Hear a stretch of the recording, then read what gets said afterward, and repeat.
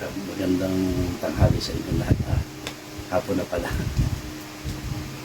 Dumating na itong hintay nating regulator kasi nag-usan tayo ng nag-order pa sa mga isa para maipalit natin dito. Pero may mga parating pa. Kasi tapos na yung gun ban. Kaya na tayo gumawa ulit ng ayan o. Well recommended to sa Mato. Maganda yung kanyang kabalot. Tukod nun sa box. Meron pa siya dito. So, 5-star ka sa akin, seller. Regulator na to.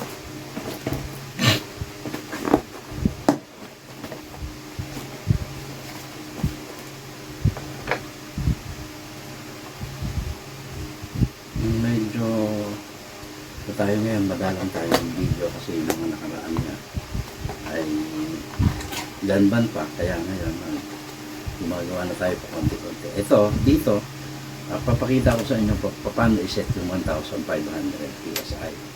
Yan naman ay hindi magsasakto, magdidepende pa rin sa plenum yan.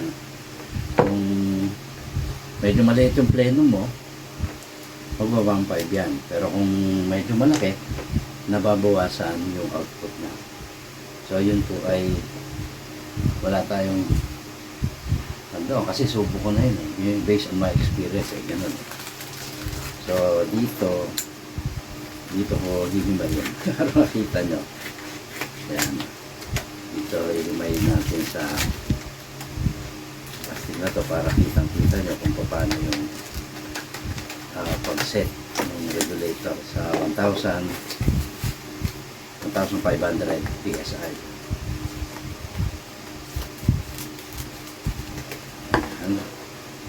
Ito na yung kalat.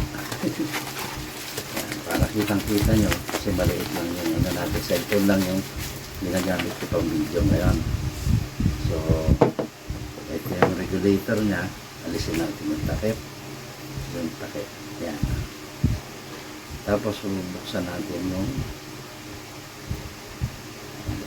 regulator. Magbabawas tayo ng disk kasi ito is 1,800 PSI. Ito na natin yan.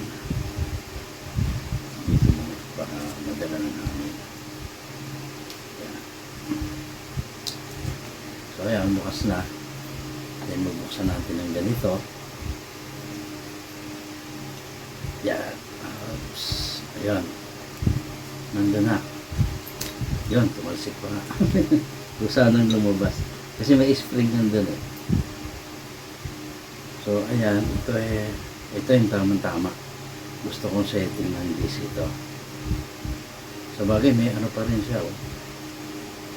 May manipis pa rin. May flat washer pa rin. May flat spring pa rin. So, ang ano sana natin yung walang flat spring. Pero papalitan natin yung flat spring na yan. Ngayon, para makakuha tayo ng 1,500. Gawin natin doon sa standard natin. Alisin nyo muna yung unang row ng disk. Ay, yung dalawa muna, nasa pinakadulo. And then yung second batch, 4 yun. Yan, yung 4. So, yan, natanggal natin lahat. Tapos dito, babawasan natin ng isa. Itong third layer. Yung third batch ng so ito, silalagay natin yung sa ibabaw. So balik na natin ulit yung 4. Yung second row. Yan.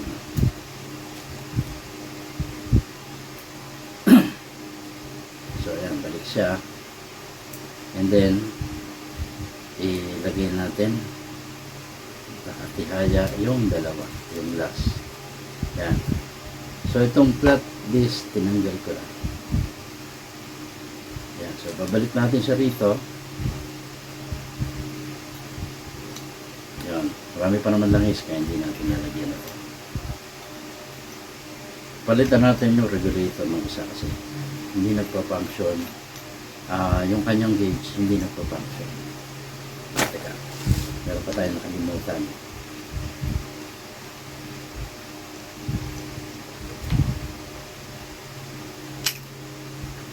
So dito, babalik rin natin ito. Instead na sa ibabaw, dito.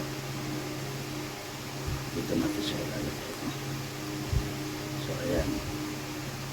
Nakaganyan, nasa ibabaw spring. Kita nyo naman. Tapos yan, babalik natin sa doon.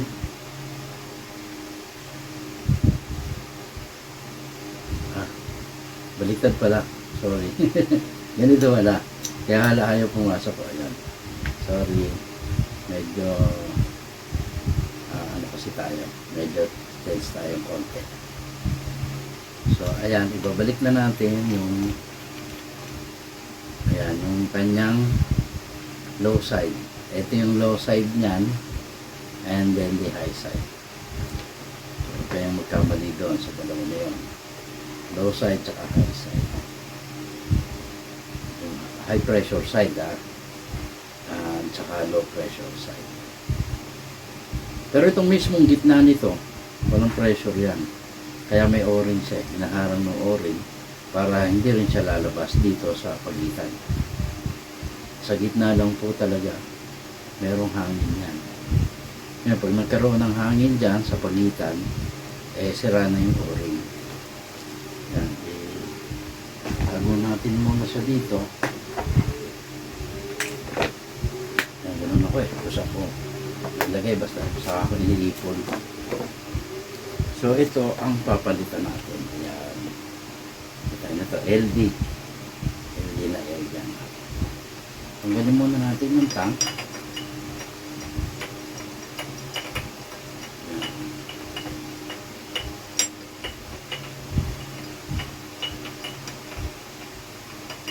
Ito ay may sabit pa yung kanyang silencer. Since pinadala yan sa atin, kasama yan, hindi tayo makakapag-testing ng accuracy kung hindi natin aalisin yung sabit ng silencer. Kaya lalagyan na natin siya ng iayos na rin natin. I-tune na natin.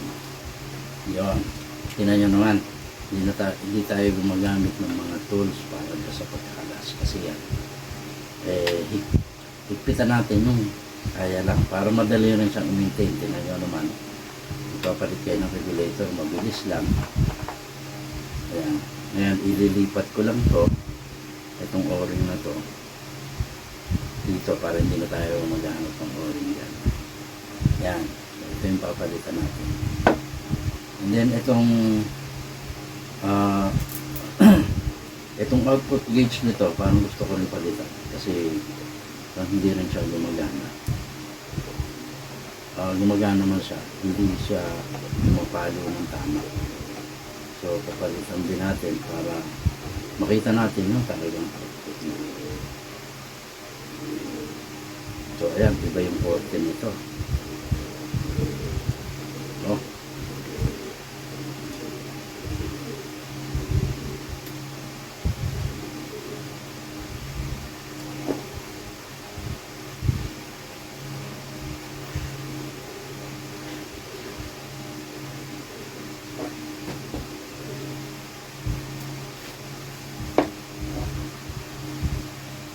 So, nasa ilalim ng gauge na itong setting nito. Kasi magkaiba siya doon. Kikita nyo pag nagpalit ka ng regulator, nag-iiba. Iba yung setting. Yung kanina, nandito yung gauge niya sa taas, nandito yung quick fill. So ngayon, nasa gilid yung quick fill, nasa ilalim yung gauge. So ganun siya, kabilis magpalit ng position kapag nagpalit ka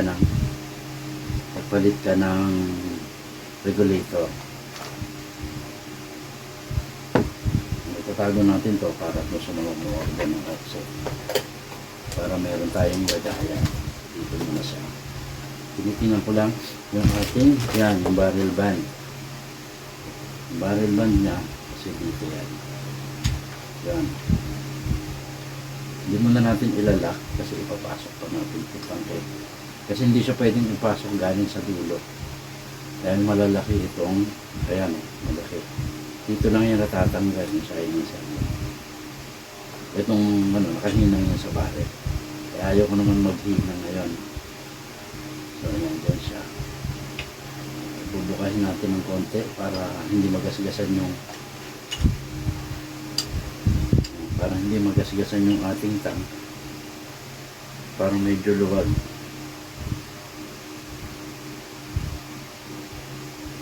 Dapat ganun eh. Dapat pag inikot natin, makaano pa rin siya. So gagawin natin dito, bubukan natin ng konti.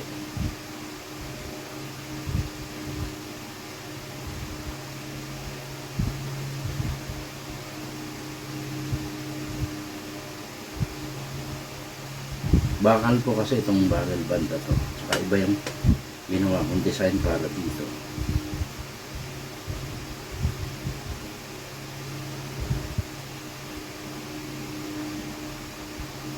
Dapat ito tatanggalin natin. Yan, kasi yan naputol ko eh. Naputol ko yung tornilyo niya. Yan. Maglalagay na lang tayo ng ibang tornilyo. Ayan. Naputol ko yung yan. So ibubukan muna natin ng konti para hindi magasgas yung tangke habang pinipilit natin. So lapat pa rin.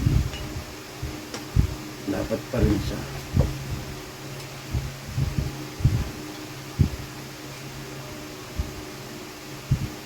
So yung natin kung lalapat pa rin. Yun, ay lumaluwag na. Yan. Yan kasi ang mahirap niyan eh. Mahirap talaga maglagay ng barrel band sa ganitong ano. Kasi kailangan biyak pa yung ano. Yung sa may yung sa barrel. Yung ano niya, iipit sa kanya. Hindi pwedeng buo. Kasi hindi mapapasok. Kaya dito tayo maglalagay. So mamaya, palitan naman natin yung tornilyo na mag-ihigpit sa kanya. So yun pa yung isa. Kaya kailangan bago ilagay yung tangke, nakalagay na rin siya. Yan. Mas maganda po kasi may barrel band para sure tayo. Yan. So ikitin na lang natin yan. Yan. Tapos lalagyan natin yan ng tornilyo.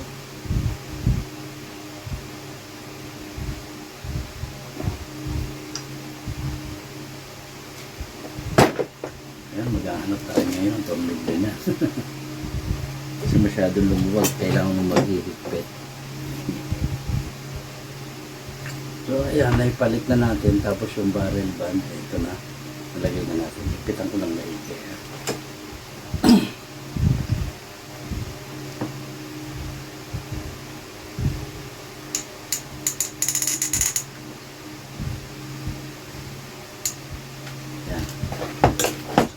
Na yan, kung may silencer siya, ganyan siya kaiksi. Kaiksi lang siya. Ito, plano ko rin palitan itong gauge natin kasi parang hindi siya pumapalo ng maganda eh. Nandun kasi sa kotse yung ating handle. Ito na lang ang ipangkakalas natin. So, ano kasi dalawang handle nandun pareho, nailagay ko yata pareho, wala dun saan. So pupunta pa ng kotse, tinatamad ako. Aba, hindi mo kalas, mukhang kailangan ko nga kunin.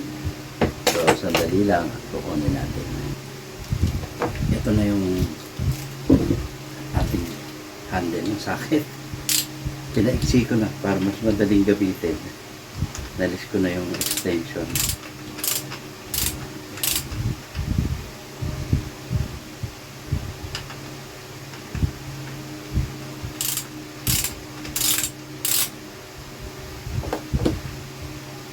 Wala kasi singaw-singaw. Ang problema lang, ayun nga, ito yung gamit natin dyan.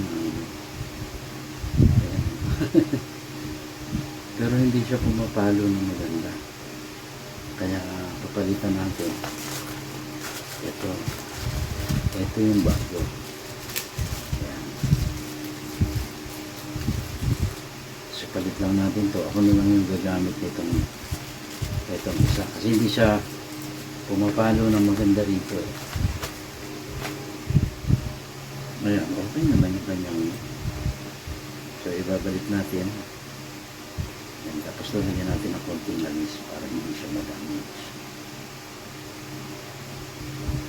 Ayan. Kapal pa naman yung wrapper. Ayan. So, may langis na sa konti.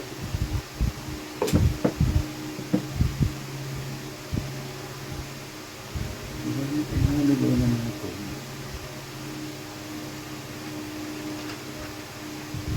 Yan. Siyempre, pabalik ka rin natin ito. Pagpit naman. And then, hahangin na natin.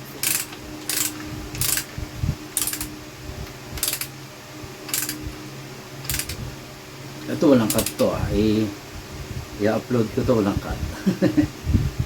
Kasi isang pagbubuo ito eh. Yung ano lang, medyo matagal. Yan. So, okay na siya. So, yan. Hanginin na natin bago regulator niya. Bago yung pressure gauge niya. Yung kanyang output gauge. So, dito. Nandito yung takip. Yan. Dito muna siya. So, hanginin na natin siya para matesting natin. Then, ayusin ko pa. Kung mapapansin na, ayan. Etong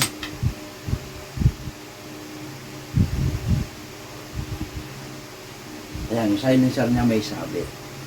Kung makikita nyo doon sa dulo, tapat natin sa camera. Yan. Ayun, kita na.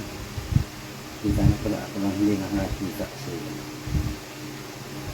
ayun. Doon natin tapat. Yan. Makikita nyo, may sayad dito sa kaliwa. So, ayusin muna natin yan bago natin ipadala sa kanya. Tapos, ayun nga, mag-testing pa tayo. So, gagawa ko rin ng video. Tapos dito, pakita ko sa inyo, hahanginan natin siya.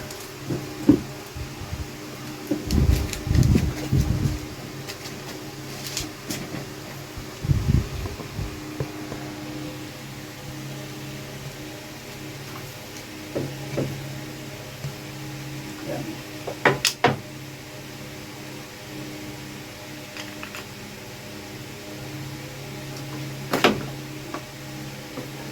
Ayun. Plug lang natin ito kung hangin natin.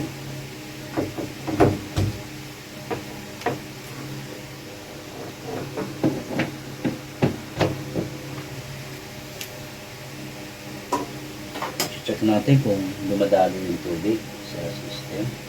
Ayan, okay naman. So, papaandar na natin.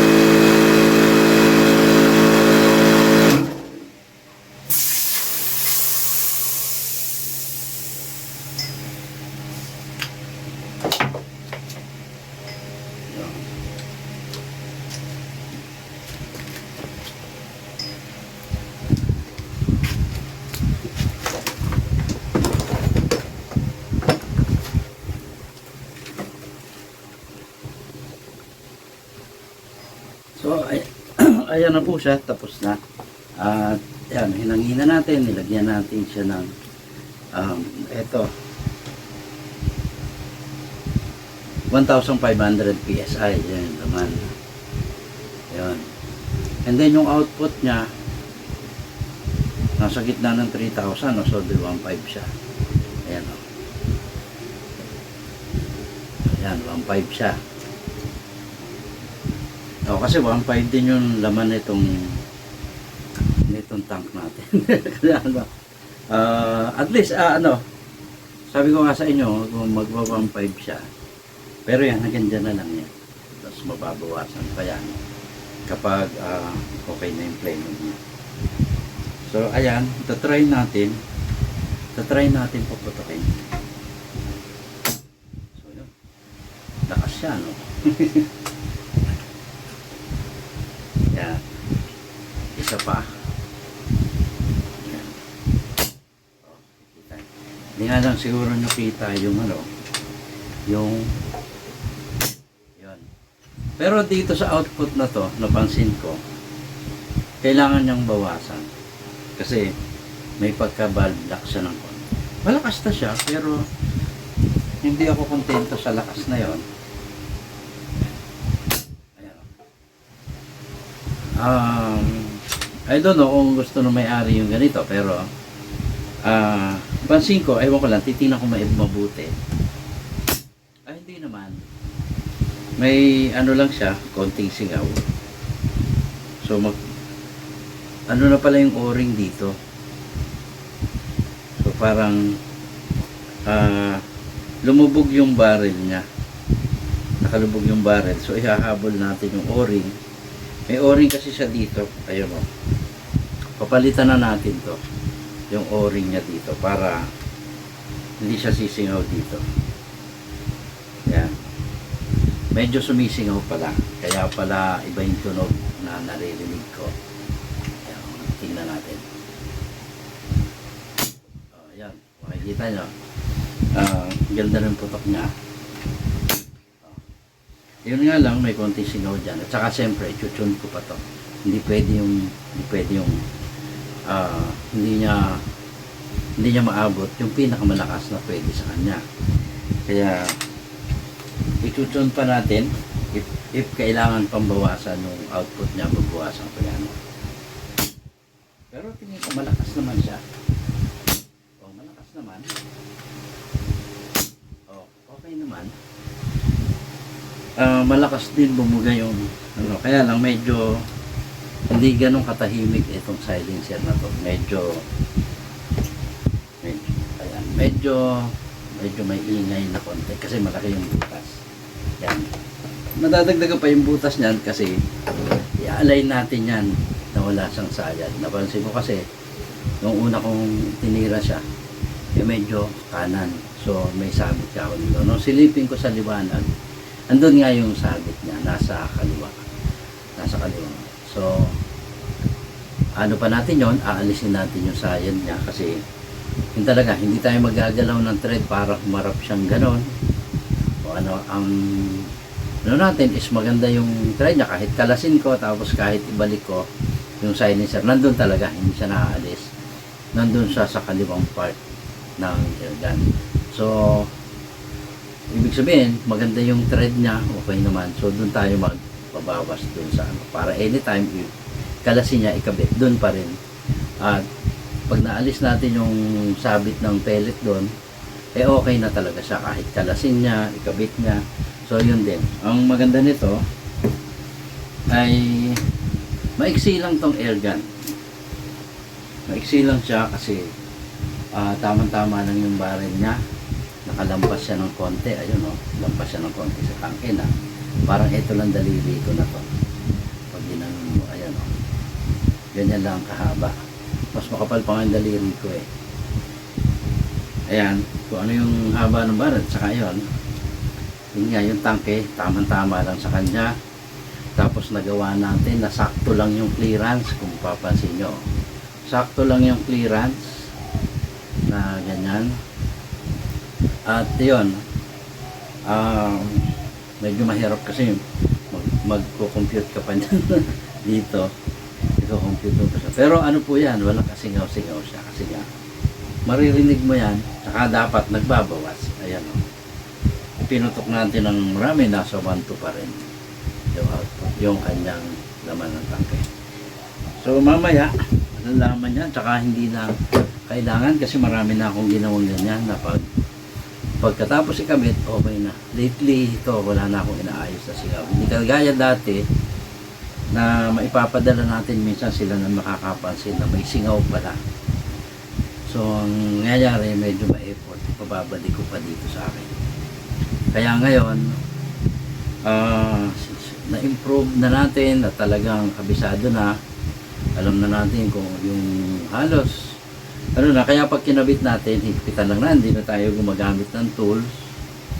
Paghihigpit ng regulator, yung doon sa kanyang offset, tapos doon sa regulator, na hindi ka nagagamit dyan ng tools.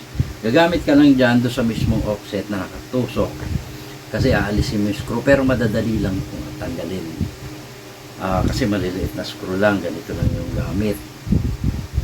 Pag natanggal mo yon, okay na, mabubunot na siya. Tsaka yung o-ring nun, tamang-tama yung size. Yung size niya is okay na okay kasi sinukat yun doon sa paggagawa pa lang habang ginagawa yung machine. Ando na, hindi na kailangan mag-adjust, maglagay ng teflon or maghanap ng mas maliit na o-ring.